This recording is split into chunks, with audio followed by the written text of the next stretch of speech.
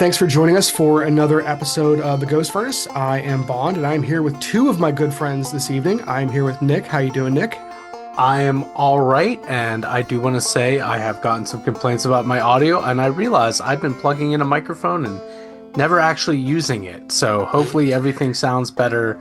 I'm actually using the microphone that I've been staring at and speaking at all these years. Instead of the one turned on, like sitting on the other side of the room. That's we've right. all we've all been there. I have And I have done that myself. we've all been. Every musician has. And who is this voice that joins us? This is Tim Renner, back for the second time. How you doing, Tim? I'm doing all right. Excellent, man. Well, we're super excited to have you back.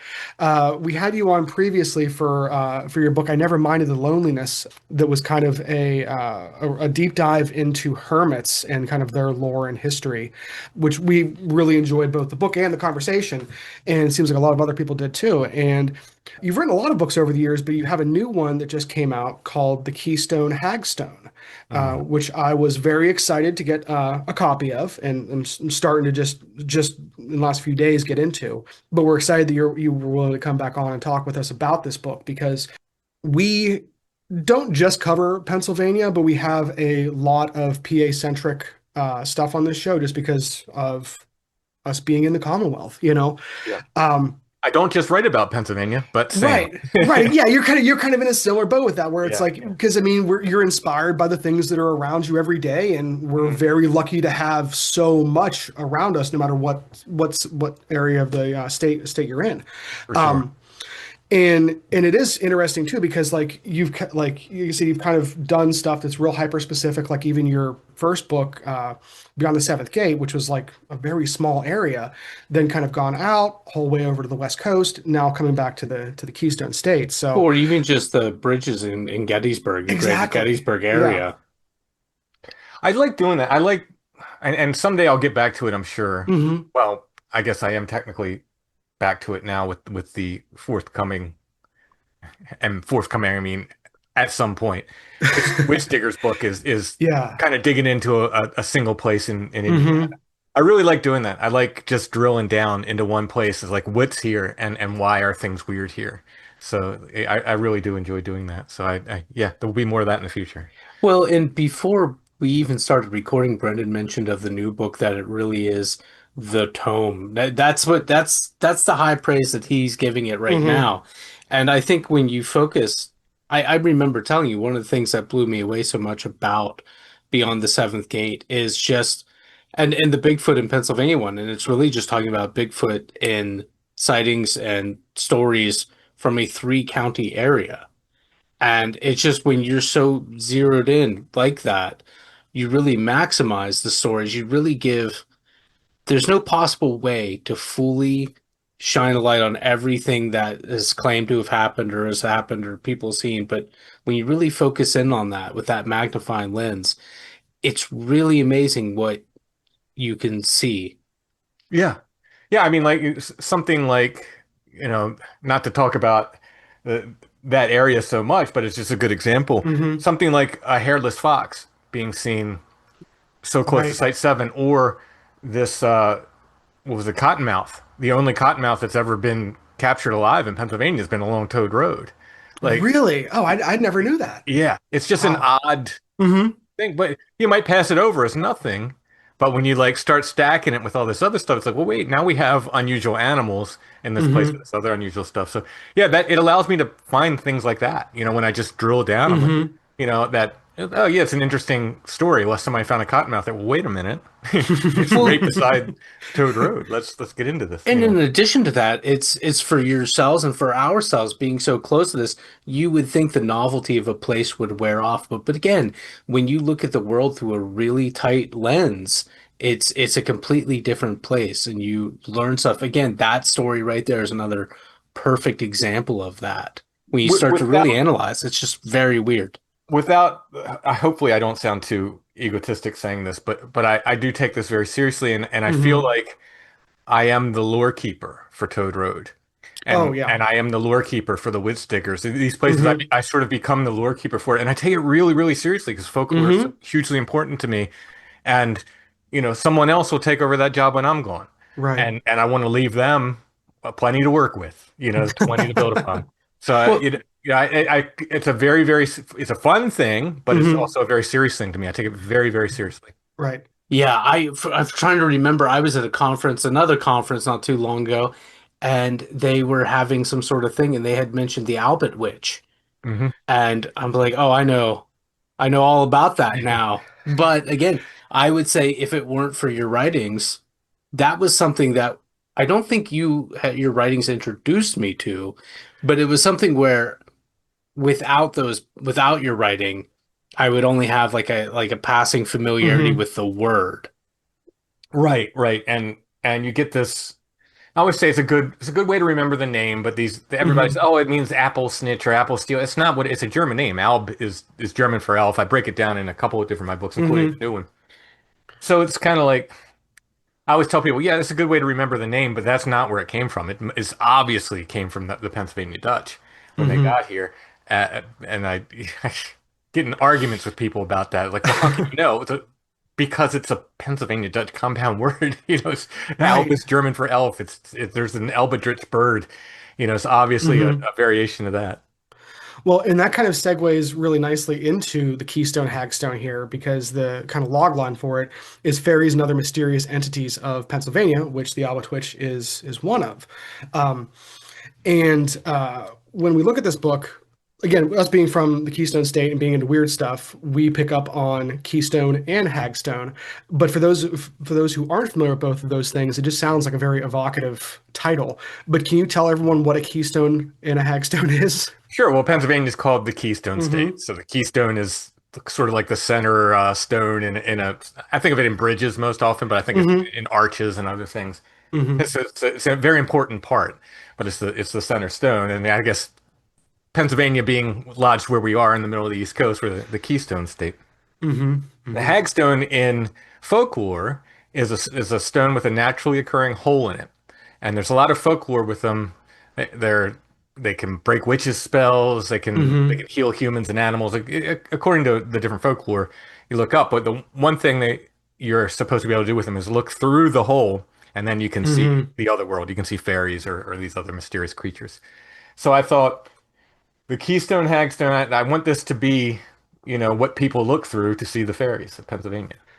That's, Yeah, like I mean that is a like on point like 10 out of 10 like title for a book given what you're talking about here. Like you couldn't have picked a more perfect title. oh, thank you. Like it It's really nice and sing-songy too. It has it a nice is. little rhythm to it. Yeah. It is. Like it's just yeah, it's just I think it's going to grab a lot of people even if they don't get what it is, and that's a like that's just great for titles for anything, whether it's a book or a movie or a band or an album or whatever. Hmm. Um, but so what you mentioned about fairies and everything in the log line here, and in the forward, Brother Richard kind of expands on that and everything.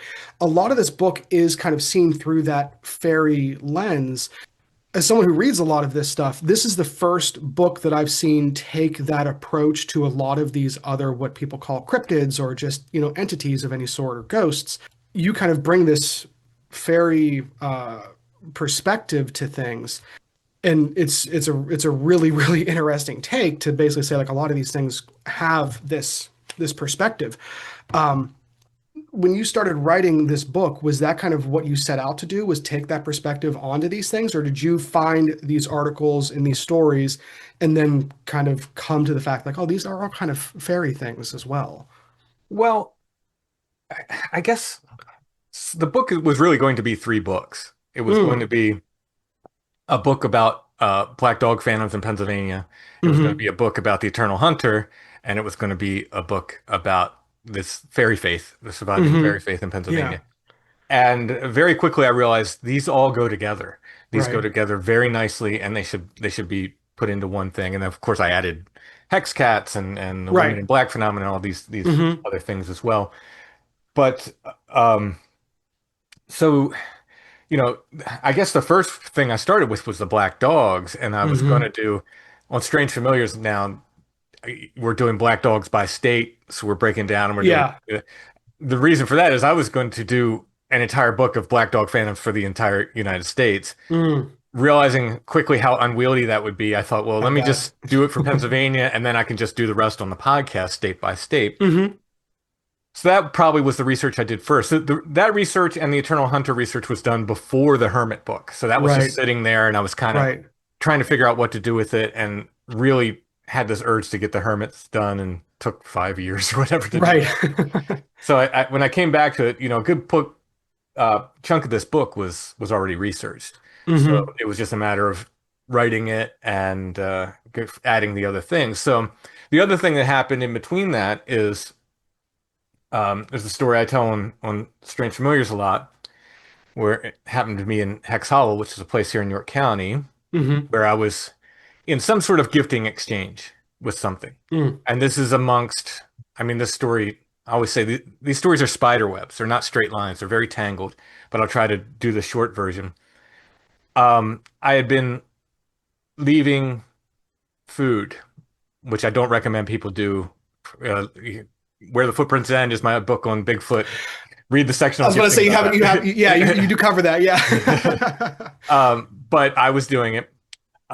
Didn't really know any better, and I stepped up to alcohol. And where I was leaving this was this tree that had these boulders stacked in the middle of the tree, uh, in the crotch of the tree, like. Hmm. And every time I would put more, I would like build a cairn or something on top of those, it'd be knocked off every single time. And my one friend, Mark Scabs, he's ex-military, he's super strong dude. And we were hiking there one day, and I'm telling him about it, and he goes and he literally picked up a boulder. I mean, I don't know Hmm. how he could have, like, there's no way I Yeah. could have picked this one and put it on top of these others and said, well, we'll see now if something can move that. Right. Next time I went back, it was cleared off the top there. And Hmm. that, I'll tell you what, I couldn't have moved it. So, Yeah. I don't know what that is. But anyway, that's where I was leaving this food and stuff. Well, one day I said, I wonder if they'll like alcohol. And I had these little glass bottles with corks in them. And I filled it with wine. That's all I had. And I Hmm. took it there and I dropped it in. There's like a hole in the bottom of the tree. It was like too small to get my hand in, but big enough where I could look in and see it. And I dropped it in there and I said, I would like a skull today, and walked off Mm. on my way. And about 10 minutes later, I noticed this circular stand of trees that I've never been in before. I've been in every place in this park. And I went, I've never been in there. What's in there? And I walked in there, and there's a stone mound inside these trees. Mm. And as I'm walking up the mound, I'm looking down and I see little bits of hair, and then more hair, more hair, more hair. And finally, I come to a fresh groundhog head. It had just been torn off. The jaw Mm. had been ripped off from it. And I'm looking at it, I'm like, whoa. And then I realized I had asked for a skull, and it hit me that I got what I asked for. Yeah. And I don't like gory things. Hmm. So I backed out of there. I didn't pick it up. I didn't touch it. And that's a folkloric no-no. First of all, you shouldn't ask for things, according to folklore. Hmm. Second of all, if you do and you're given it, by gosh, you better take it. And I did not take it because I don't like gory things.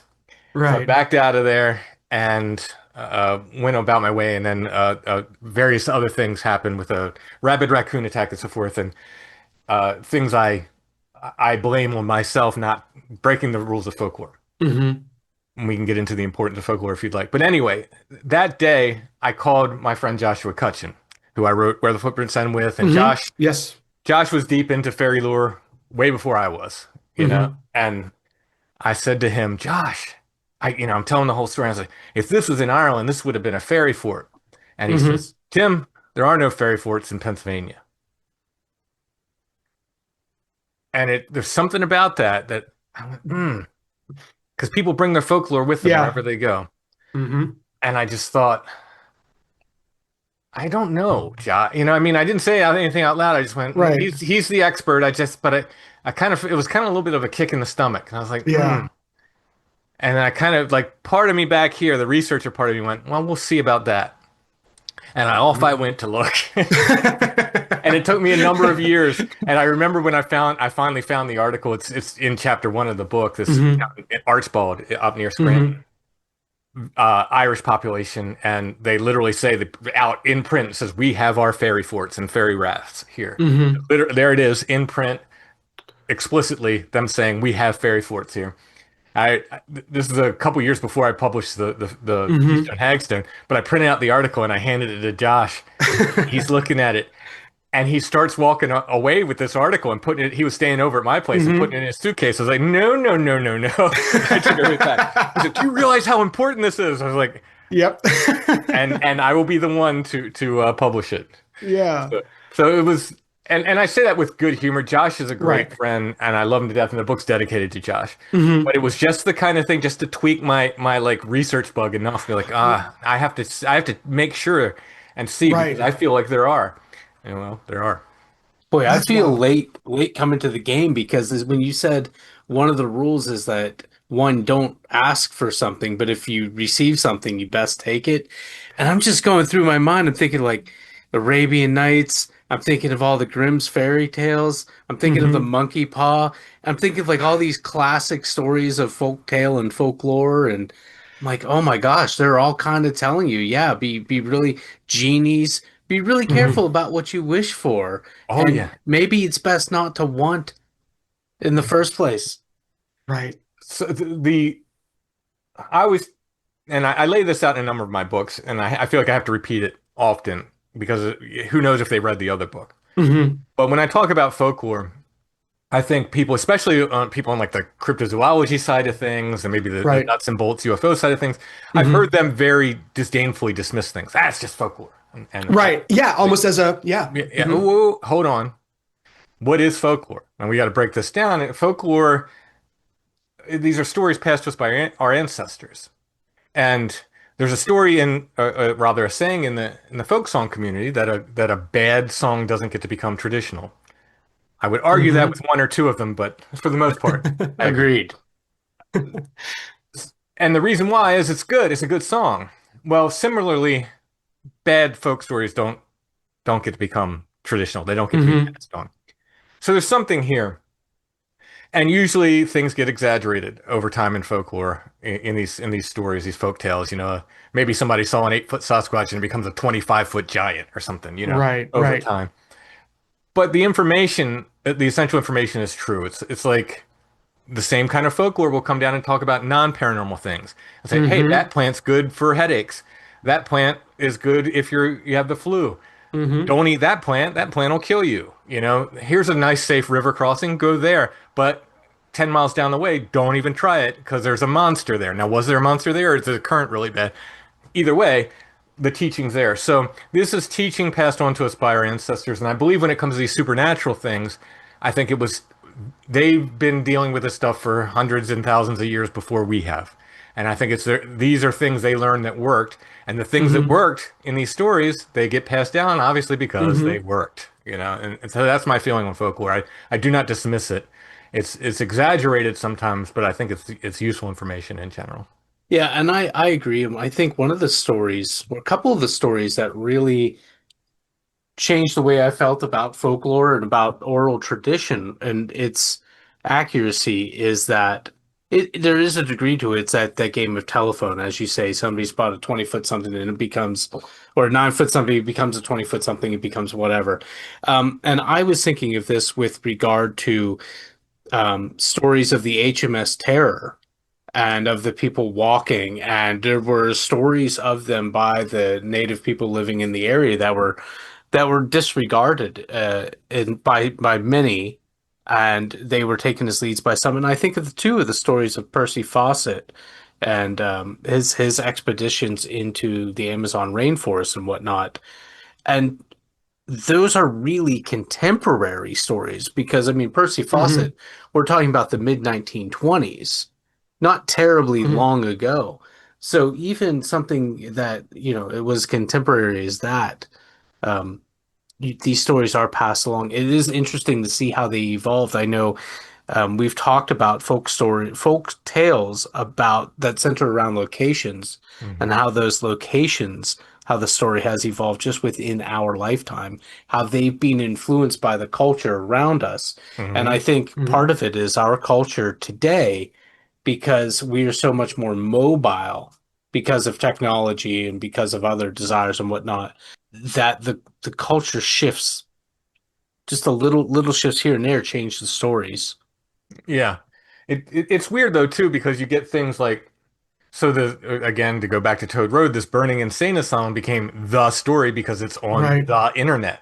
And to struggle against that it's an I mean, I think I've done a fair job of it just because I can absolutely prove it's wrong. So But much of Beyond the Seventh Gate is you doing that. yeah, Mhm. yeah, and it's just, but it became the story. Because, but that's the one that's on the internet. I'm like, yeah, but I've been there.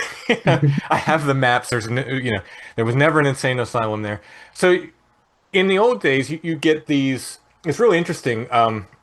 Another folklore, is it Thomas Waite, from out in the Pittsburgh Yes, area? Dr. Yep. Thomas White. We've had him on a couple times, He- and coincidentally, for later, I've already written it down so I don't forget. I have a question based on something that he said to us that surprised me. but he made the note. I think that a lot of these places. Were, let's say, back in the 50s, they would say, oh, lynchings happen there, these haunted Hmm. places. And then you get to the 70s, and he said, well, and then people said, oh, satanic cult activity happened there. So over time, you get these sort of changing, and I wonder if the internet's going to put a stop to some of that. It's neither good nor bad. It's just, I just wonder if the internet kind of, in a way, sort of solidifies things in a sense, kind of. It's really funny you bring that example up because, of course, my statement just a moment ago was based around Blue Mist Road, which is out by our area, Pennsylvania. And the stories we had heard had always involved lynchings and the Ku Klux Klan, both of which were things, but not there necessarily. The other stories about it or about two tombstones that touched, well, the stories that younger people came about with and that the internet largely put forward were very much a reflection of fears that developed in the aftermath of the satanic panic and Mhm. everything. So Mhm. Hmm. culture really does influence. What I find very interesting, twofold. One, in one of our conversations with him, he said that Western Pennsylvania and the West Virginia area as well are really rich for the exploration of folk tales because people don't leave the region as frequently. So we talk about culture and its influence, but it's also how we adopt cultural things. Like you just talked about, the Celtic fairy store and Pennsylvania and whatnot, and what a revelation that was because there's so much Pennsylvania Dutch influence on the folk traditions and certainly of like fairy lore, I guess I would say. Mhm. It's interesting what the culture of today, how it influences those stories and stories about places. But it's the give and take because there's also these new people that are adopting the stories from the people and from the ancestors that we are not tied to by blood necessarily. Yeah, well, that's Pennsylvania's a melting pot for folklore. Hmm. It's really, really neat, and that's maybe the other theme of the book that you get these, German dragons and kobolds mixed with the Celtic pukas and Hmm. that. And the other thing is culturally, there's one book on Pennsylvania German fairies, and I'm Oh, going to draw a really? blank. It's published. Well, I got it from Masthoff, but I'm trying to remember. It'll be in the. Yeah, that's not familiar to me. That sounds interesting. Let's see. Yeah, I'm trying to scan my bookshelf to see because I have a Okay. few Pennsylvania Dutch books, Pennsylvania German Yeah. books. Because it's funny you mentioned that, Tim, because I was just emailing with Robert Phoenix and everything who you just had on recently, and we had him on the show before, and we did mention about like how some of the folklore of powwow and the Deitch kind of like wove into what we see nowadays, but I don't remember anything about fairy lore specifically. It's That's Folk interesting. Tales of the Pennsylvania Dutch by William Moyes Weaver, and it's published by the Pennsylvania Ah, German okay. Cultural Heritage Center. Okay. The He has actual, Pennsylvania Dutch fairies, their names, Hmm. how they're born from eggs, and a lot of that Oh my stuff gosh, I that's so never cool. was able to find before. Yeah, So yeah. a lot of that is comes directly from that. Hmm. There's a reason for that. The Pennsylvania Dutch are hard to get to talk about this stuff, and they will, Hmm. but it's a little harder to get them to talk about. Irish seem very willing to talk about it. people with Irish heritage. Yeah. The Welsh, they will not say a word. Hmm. Delta has a Welsh population. They still have church services in Welsh down there in Pennsylvania. And I went to the historical society down there. It's super nice historical society. Hmm. And I said, I know they brought their folklore with them. Like, who do I talk to get these fairy stories? And they said, you're not going to get any You're of not them gonna to get talk. anything. Wow. And Well, I mean, but one of the things is that the language thing is a big thing because I think more than any other immigrant group into Pennsylvania, the Pennsylvania Dutch have held on to the language more than oh any yeah, other. I yeah. mean, there were Volksblatt, Zeitungen, newspapers, Mhm. that were in Pennsylvania Dutch, and some of those survived until the 1960s. Oh yeah, I yeah. mean, Hmm. they're losing it, but it's been such a much more gradual decline than most any other Hmm. Mhm. group that I can think of. Yeah. And that's the other thing you talk about people that don't leave. The Pennsylvania Dutch, they're here to stay. They're not They going don't. anywhere. Yeah. Yeah. Yeah. Yeah. Well, and it's interesting you mentioned newspapers because one of the things that if someone would have shown me the contents of this book, The Keystone Hagstone, and said there was talked about black dogs and hex cats and the wild hunt and spectral hordes, and then said like, oh yeah, there's a lot of newspaper articles referenced in here. I don't know if I would have believed that. You found a ton of newspaper source information on a lot of these different subjects. So, like, one, like, were you surprised you were able to find as much as you did? And then two, how'd you kind of parse through it to kind of get to like what is actual folklore being recorded versus what is just like old fluff pieces to sell newspapers? Yeah, I mean, you always have that trouble to answer the second Right. first. There's some of it's just going to be yellow journalism. Some of it's going to be, Hmm. there's a lot of it you'll find where I think someone says they saw a banshee or something. And I think their sighting was legitimate, but the newspapers just, they take it as their duty to make fun of this person and say they were drunk Right. and everything else. How's the Right. whiskey there in Wilkes-Barre? You know, so Yeah. you kind of pick and choose, you know. Hmm. Most of them I would fall on the side of, well, let me put it in there because, unless it's obvious, like the women in black spirits, some of them were men dressed in black robes to scare people Hmm. or to try to do nefarious things, rob them Hmm. or worse. And those I didn't print, obviously. It's like that has Hmm. nothing to do with the supernatural stuff. So, but a lot of them, it's like, well, I guess that maybe that was someone dressed, in black, but I Hmm. don't know. But people were scared enough that it seemed not. But most of those articles mention something that puts those beings, it seems to put them beyond what a normal human can do. They're either Hmm. outrunning horses or they're going in mines and people follow with lanterns and there's nothing in there when they go, or they're Yeah. literally descending into ponds, Hmm. or have red glowing eyes, things like that. That's like, well, this is something very odd going on here, So, you pick and choose. I Hmm. was surprised at how many Banshee articles I found, how many, Right. like the little people, the leprechauns, stuff like that. Hmm. Tommy knockers. I was like, oh wow, Yes. there's, this is more than I thought there would be. I knew there was some, because I've Hmm. seen mention of them in other Pennsylvania books and stuff, but to actually find the articles. So yeah, I was more surprised to find the like the Celtic stuff, I think, Hmm. around than the Pennsylvania German stuff, which I figured was there, the dragons and so forth. Well, Hmm. that kind of answers the question I had referenced earlier that I had based on our conversation. I remember when White brought up werewolf lore in Pennsylvania, and I don't even think Brendan had ever heard of any such stuff. We No. had one shoemaker story that we were able to reference, which could be argued to be like a large dog story ultimately, but Hmm. that surprised me more than just about anything else. And I part of what I was going to ask was, what lore surprised you and what culture? And it sounds like just the prevalence of Celtic lore. Yeah, sort of that melting pot kind of thing, I guess, surprised me. There's one article that talks about like red caps, which are these goblins that are usually associated with Scotland and England, and Hmm. about how the Pennsylvania Dutch had red caps. And they talk about that, and I'm like, well, that's obviously sort of cross contamination of cultures there. Hmm. So it's just really cool. Speaking of werewolves, by the way, that's a whole other book. I got one of those coming. Werewolves I didn't put in In here. the hopper, yeah. I didn't put in here specifically because I have a werewolves in Pennsylvania book coming. So there's a few things you do mention in here that kind of along with the werewolves are kind of new to us. There are like we talked about black dogs and there's ghosts and everything, but there are a few things in here that like we've like for all the stuff we've covered, we've never touched some of these things. So I want to ask about a few of them just to kind of get your 2 cents on them. And you mentioned the small entities like the leprechauns and goblins and everything. One that caught my eye that we need to talk about is the idea of moss people.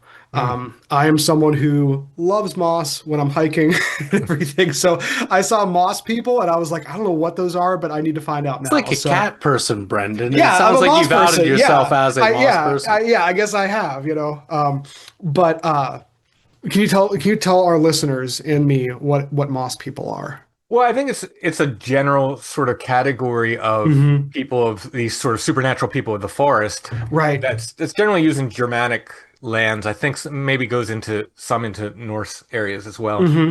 And they would call them Moss people, and it could cover anything from well, I think like the Skogskra, the one I had on Strange Familiars, the sort of woman of Hmm. the woods who's turns Right. around and her back looks like a hollow tree or something, but her front's a beautiful woman, to these what they call I think they call them woodwives. Hmm. We don't have I didn't document any of those here, but in Hmm. Germany they and I think the Wild Hunt would chase them in Hmm. Germany.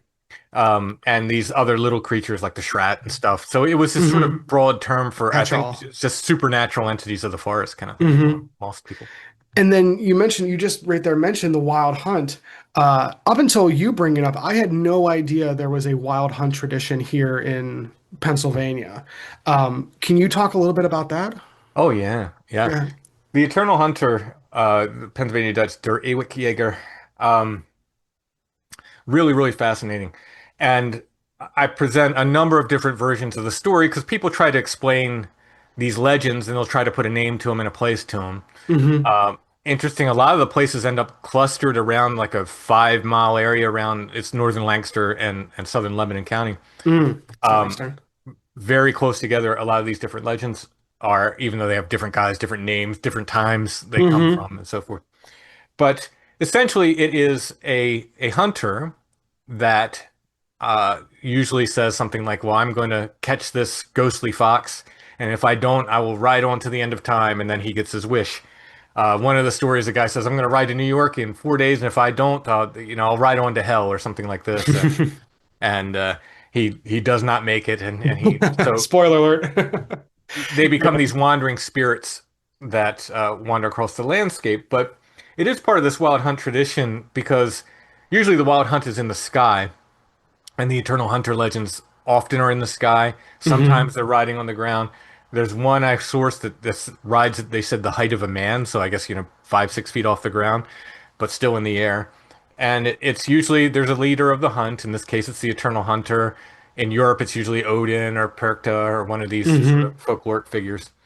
Um, but here it's the only remaining tradition, at least in Pennsylvania, that I found was the Eternal Hunter, and I think it's a very Odin-like figure. It's just, Hmm. essentially raised from the dead. He's leading this hunt as Odin led the wild hunt, and usually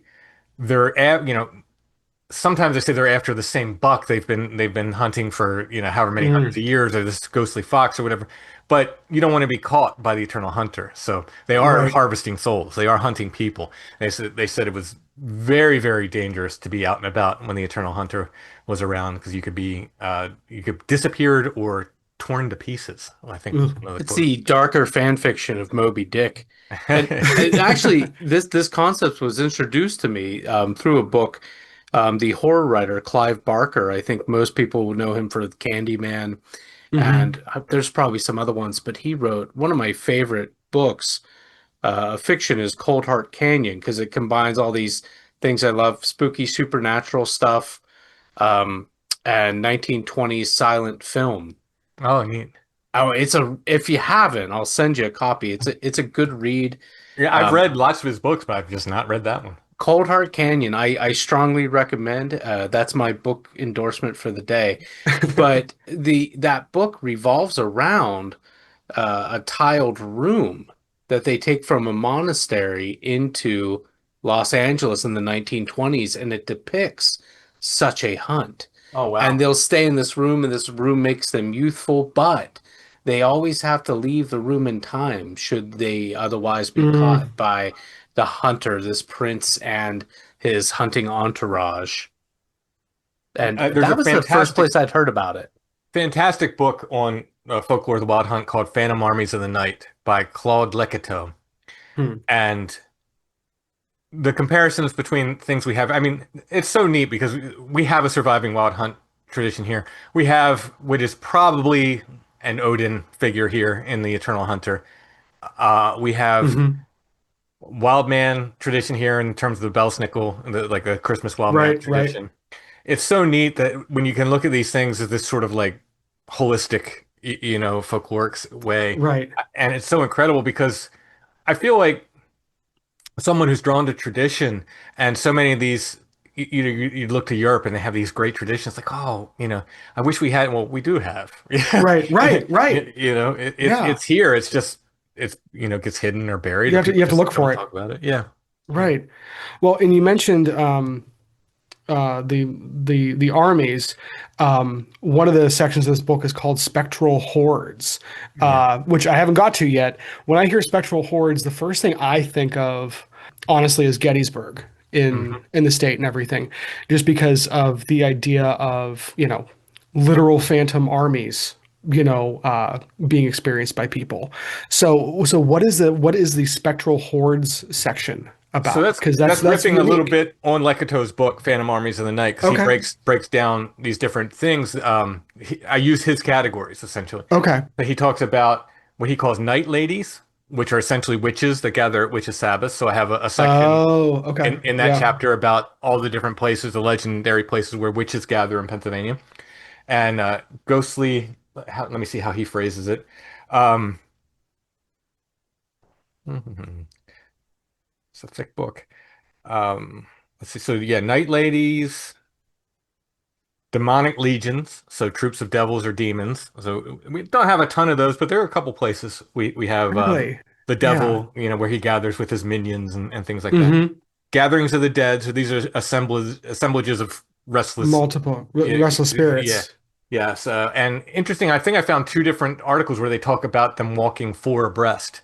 These Oh, ghosts wow. from different cemeteries. They would walk four abreast in these columns. And then ghostly armies, which is exactly what you Mm-hmm. said. Like a lot about Gettysburg in there, but there's some Revolutionary War stuff as well. Yeah. So yeah, I break it down. There's the my favorite article in that section is from 1873. It's called "Queer Doings in a Huckleberry Patch." It's a very long article, but essentially tells a story in Berks County Mm-hmm. of these people who were trapped essentially by this group of spirits, and it sounds like this really intense fairy encounter, and they could not leave. Mm-hmm. Let me see if I can find the part of it. I'll just go ahead and read. Yeah. Okay. Last Tuesday, Mrs. Daniel White, her daughter, Susan White, and Mary Hartz, three in number, went down to the huckleberry strip on Miller's farm for the purpose of gathering berries. Gathering berries. Mm-hmm. They were there but for a short time when they were startled by stones and clubs being thrown in the bushes. There was no person to be seen. After the first throwing, everything was quiet.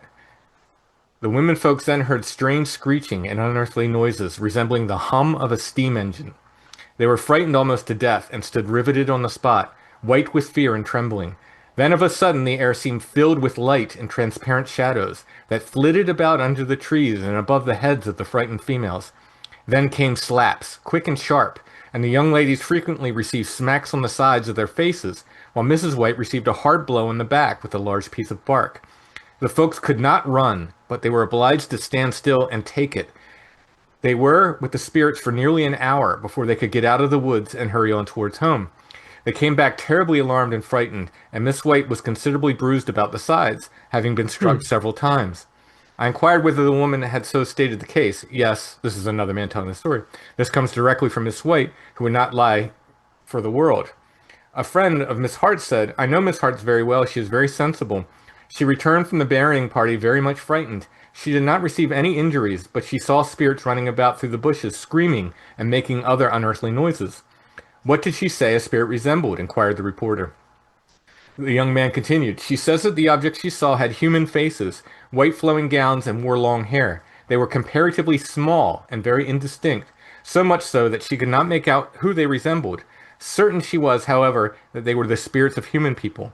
One kissed her on her left hand, which still bears the mark. It is red, and a dark streak is on the outside of it." So there is so much in this article, Wow. and that's just a section of it. That's one section of this Jeez. article. So we have berry picking, which Mm-hmm. is a paranormal thing. We have stone throwing, which is a paranormal thing. We Mm-hmm. have them being, they could not run. So they're essentially trapped in a fairy ring, it Mm-hmm. sounds Right. like. Right. Right.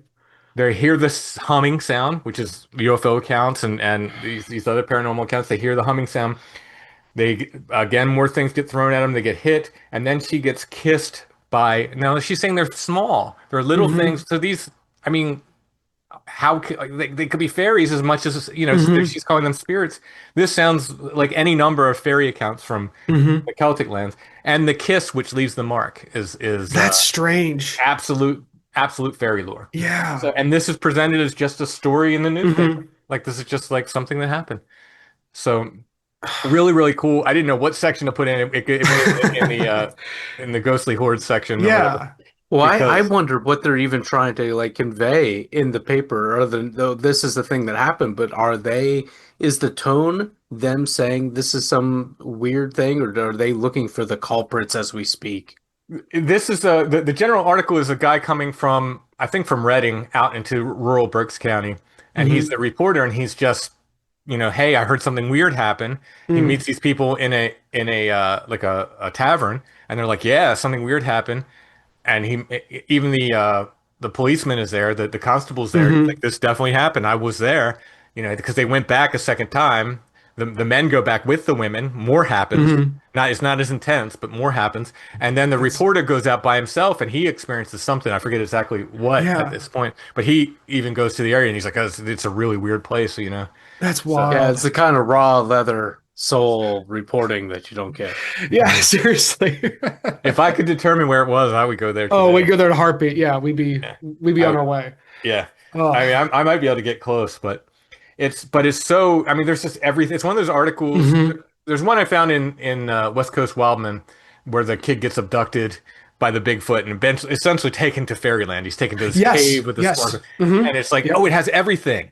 Well, Yeah. this is like the equivalent of it. Just And, has everything as far as a fairy encounter. and like I remember that article, and like even if you're gonna be real, I'm gonna say skeptical, but if you're just trying to debunk stuff or trying to discredit something, like, do you think as someone who reads a lot of these articles from back then, would someone even have written like a joke article back then and known all of those details that we know That's now? Right, Or, that's the point. How you know did what he I get mean? it right? How do you get all Right. that Yeah. right? Yeah. Stone throwing, berry picking. These are things that we've put together because we have access to the internet and hundreds of books on this stuff, Right. and people that do comparative folklore and things, and we start putting Yeah. these things together. Like, oh, this stuff happens a lot in berry patches. Oh, Hmm. this stuff happens. Things get thrown. The lithobely. That's the Hmm. thing. This is the thing that happens. This humming sound. Like, Yes. I haven't heard people talk about that really until somewhat recently. Hmm. Like past few decades.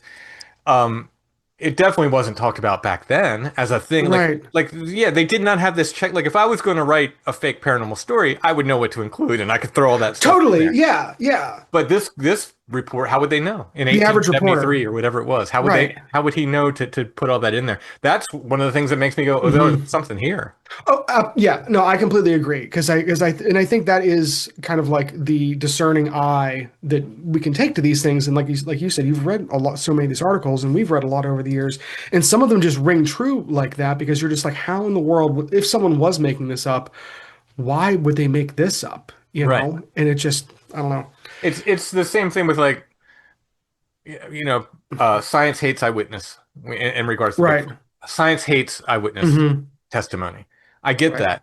But when you have hundreds of witnesses over hundreds of years Hmm. saying very specific things, and I really doubt, like, so I published my historical Bigfoot books Hmm. 5 years ago, something like that. Right. 6, 7 years ago, maybe. But before that, there was one book on historical Bigfoot stuff. It was out of print very quickly. Yeah, I think it was published in the Hmm. 80s or 90s. It was out of print by the time mine Oh, was okay. printed. Yeah.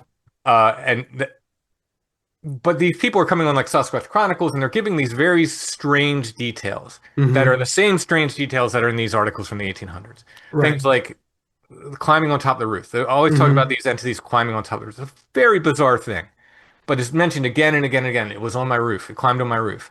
Hmm. The way the dogs react to them, things like that. Them seeming to understand what firearms are. If you point a Hmm. firearm at it, they Hmm. seem to understand. This goes Right. so when they mention this over and over again, and again, hundreds of reports across hundreds of years, then I go, well, okay, they're not. These people didn't have the internet back Right. then.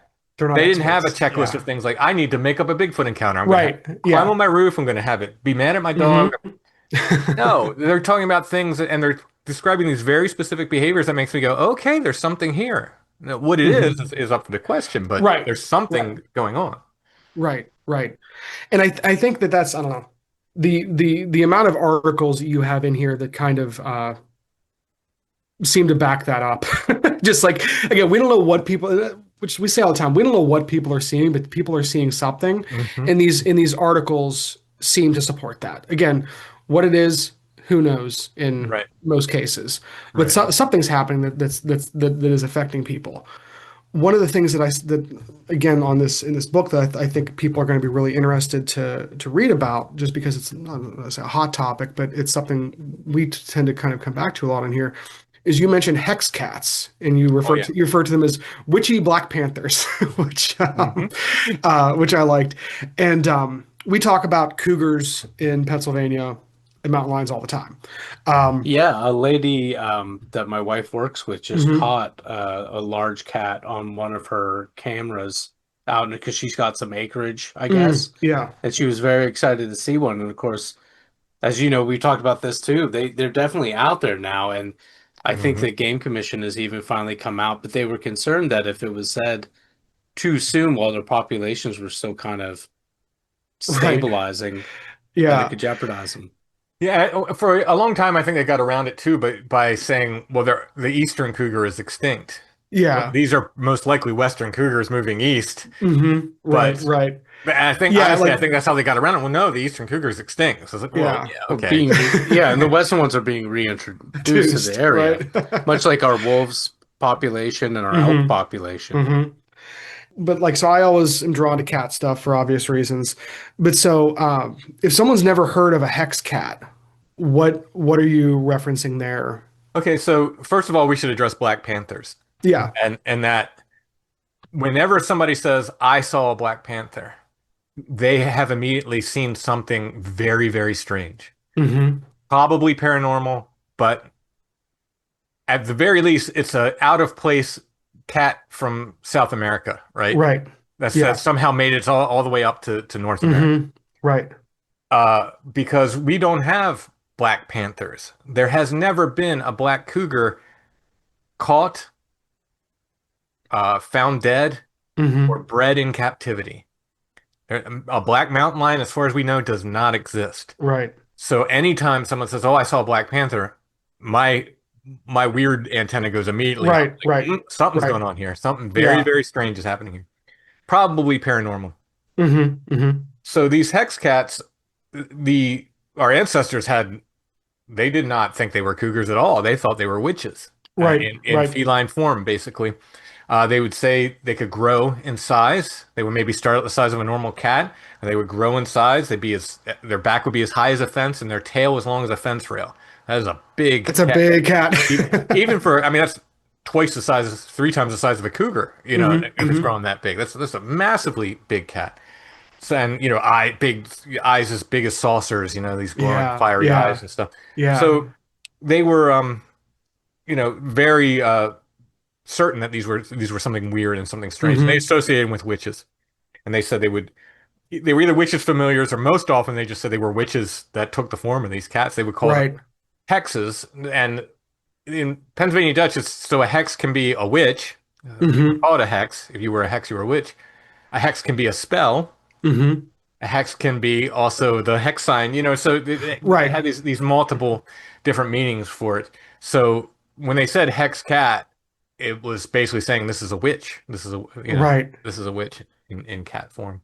And there's two main, they popped up a little bit all over, but the two main cases are the Albertus hex cat and the Tumbling Run hex cat.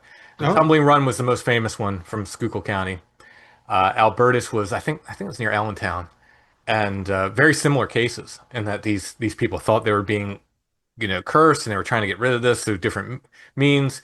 The Tumbling Run one happened in the early 1900s, so it got a lot more coverage, and a okay. bunch of powwow doctors got involved, and somebody said that they needed cast a gold bullet to shoot the cat, and they were trying to, shoot the cat. Oh, And wow. of course, it never showed up.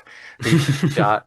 And then they said they needed a hexahammeron cat, which was it was like a cat, the last cat of a six cat litter, born of another cat from a six cat litter that was born on in Oh, six like a months. seventh son of the seventh son kind of thing. Yeah, Oh, yeah, that's so kind of thing. cool. I've And never that heard of was that. the only thing that could break the hex and all this. So they were really struggling with this. This family really was rough. This woman thought her sister, I believe, had put a hex on her, and she thought she was the witch, and this cat kept showing up, and they're trying to kill the cat, and it pretty much ruined the family farm. I think the farm, I don't know what happened. I don't know if it burned down or what they just abandoned it, but they later in life, this guy's living in Pottsville, and he ends up Hmm. trying to burn down a bunch of tenement houses because he thought the black cat was still after him. He said the hex cat was still Wow. after him. Yeah.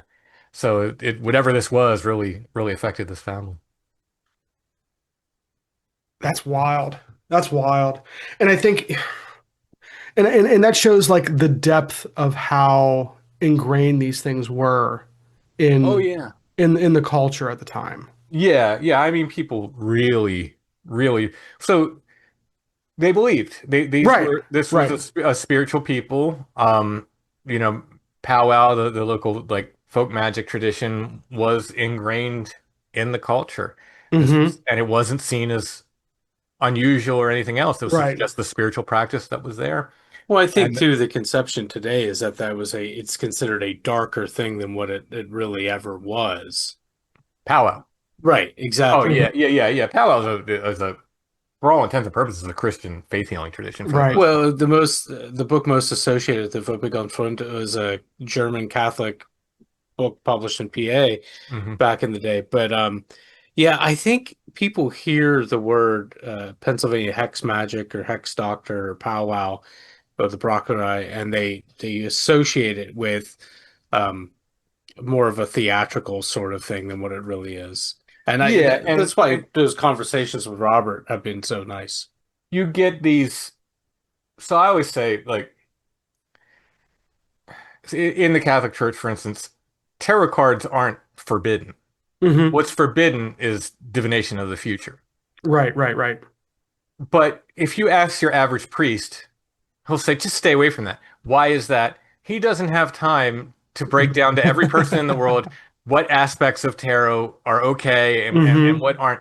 So I think it kind of became that with powwow and stuff too. It's just stay away from it. Just stay away from it. It's easier for a Right. preacher or a priest to just say, just don't get involved rather than to get into the nitty gritty about like, okay, this part's okay, but don't get involved with that. And so I think some of that comes from that. Just it's just a shorthand. It's like I say, going back to folklore. I don't know if you guys heard this, but when I was young, I was always told you don't eat any red berry you find in the woods.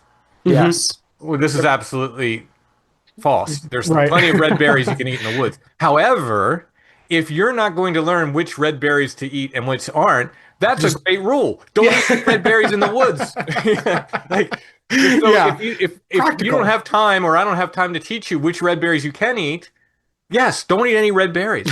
Just or err on the side. So I think that's kind of where that came from. Like, Hmm. just don't eat any red berries in the woods. You know? Right. That's a Yeah, no, you that will eat if you eat no berries, you will eat no poison berries. Exactly. Thank you. right. That's a, no, that is yeah. Even more No. important with mushrooms. Abstinence Oh, only yeah. ecology. Yeah. Absolutely a culture. Oh my gosh. Well, so as far as this book goes and everything, Tim, is there anything else we haven't covered that you're particularly itching to make sure people hear about? Oh my goodness. I don't know. There's I'm a so lot. excited about this whole thing. Hmm. There's so much in it. every time I pick it up, I guess I'm most proud of the research in the Eternal Hunter chapter because I don't think anybody gathered all that stuff together in one place. At least I Right. couldn't find it. There was a couple ghost story books that would mention the Eternal Hunter, and they would have one Hmm. story or another in there. But I really wanted to be thorough about it. It's like, okay, what is this stuff? And we have Eternal Huntresses, Hmm. we have all these different variants I was able to find, and I'm really excited and really proud about just the research in that chapter. But then, Right. like the stuff on the Hex Cats is really neat too. It's like, oh, there was a couple books had the Tumbling Run stuff in it, but nobody put it Hmm. all together in one chapter. And the Little People thing, that the Bestiary of Strangeness is the second to last chapter. It's just everything I could find almost in alphabetical order. Like here's all the weird entities, all the weird creatures. So you have things like, like I said, dragons. I was very Right. surprised how much dragon lore I turned up. Very excited about that. So cool. Well, But it sounds like the thing to be most proud of is the thing that you said earlier. Is this continuation of finding yourself as the keeper of the lore. yeah, yeah, I guess so. This is statewide though. I feel like Hmm. I can't take that mantle on maybe, but maybe we'll see. Hey, they Well, gave the But shoemaker before you. You know. yeah. Shoemaker, the fantastic folklorist and a god awful linguist. Yeah. He did not like he his. I struggle with some of his stuff Hmm. because of his translations and stuff. I'm like, what is he Right. saying there? Why is it like I for think his and I Pennsylvania Mountain Stories is essential, and I can take or leave just about everything else.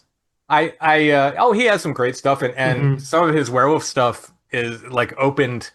He had some keys to locks, and all he had to do was turn them, and he Right. didn't do it. You're And so close. to me, I'm like, I got it because I was able to like, oh wait, this line's up here, this line's up here, this line's up here. Why didn't Hmm. you do this? Oh well, I get to do it. Right. Like just putting those pieces together and Yeah. everything. So no, I know I love Shoemaker, but yeah, he's got some linguistic issues. Yeah. For years, I thought that the Wolfman's Grave up there in Northumberland, Yes. he called it the Hmm. Wolfman's Grab. It should be Der Wolfman's Grab. And for years, I called it by the wrong name purposely because I thought, oh, he must know what he's doing. He must know what he's talking about. Until I found all these other linguistic errors with him throughout time. Yeah. So I was talking to the publisher of Sunbury Press. I think Yes. has published a Hmm. bunch of his book at an event in up in Potter County, Nice. Yeah. and they told me that he was quite the womanizer. I didn't know that. And I said he was Yeah. Hey, quite the listen, skirt chaser. there Yeah. was there was a time where he was the inheritor of the largest private land acquisition in the city of New York at some point, or he inherited like the largest Yeah. property at that period. He owned a bunch of newspapers. He was active outside. Hmm. Wasn't terrible looking. Why not?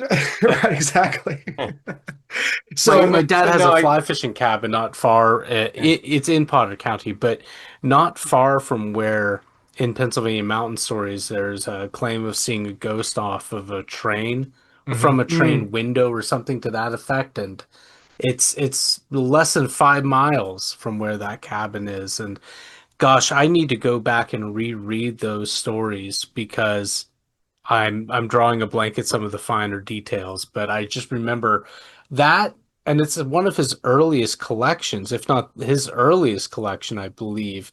And so those are some of the reasons why Pennsylvania Mountain Stories in particular has been so interesting to me. And unlike yourself, where it's the only thing that ties them together is the region. Mhm. There's all the stories are so varied in Yeah, Pennsylvania Mountain Stories. yeah. He's a little obsessed with cougars hmm.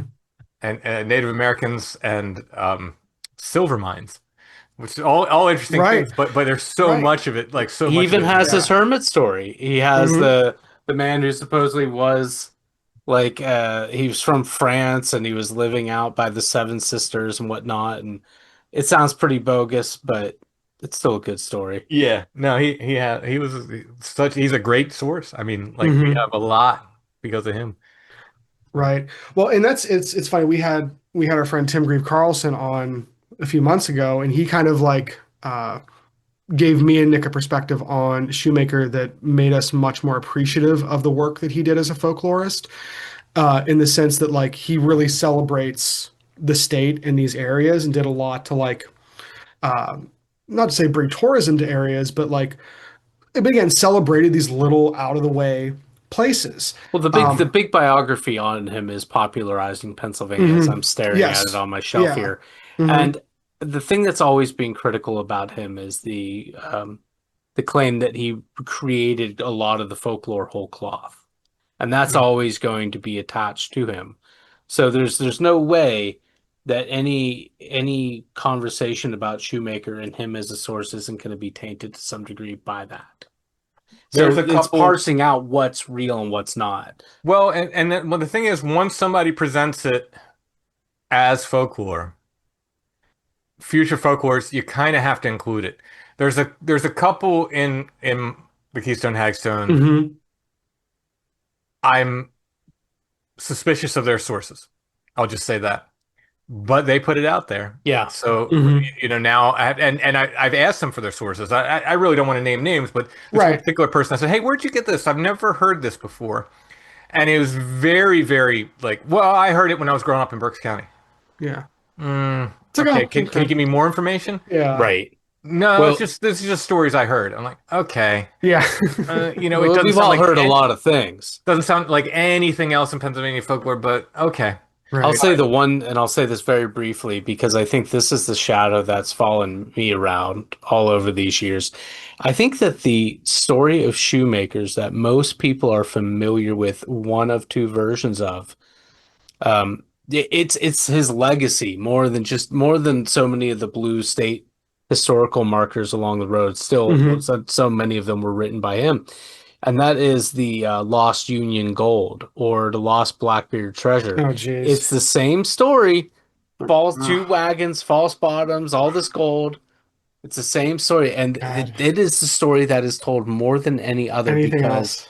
I know we've had to cover on here the FBI getting involved in a dig and Dent's Dude, Run and everything, and dude. that story has legs, Oh, and I don't understand because I've been able to pretty thoroughly just casually being able to show like this is the exact this is same as the not. Blackbeard, not that Rakit's Yeah. Blackbeard, but the Blackbeard treasure that we find in Shoemaker. Oh, So I'm presuming that the story of the Lost Union Gold appeared in one of his newspapers because I Hmm. haven't seen it in one of his books. It's the same exact story. The only factor that has changed is we have Union soldiers and not pirates. The end. Yeah. that's it. I mean, And it happens. it happens. But Well, but it's legitimate folklore now because the Right. yeah. story Well, keeps getting exactly. passed. People love buried treasure. Exactly. I mean, that like buried treasure. I love it. Yeah. It's Who tax doesn't? I free love when it. you Yeah. find it. Yeah.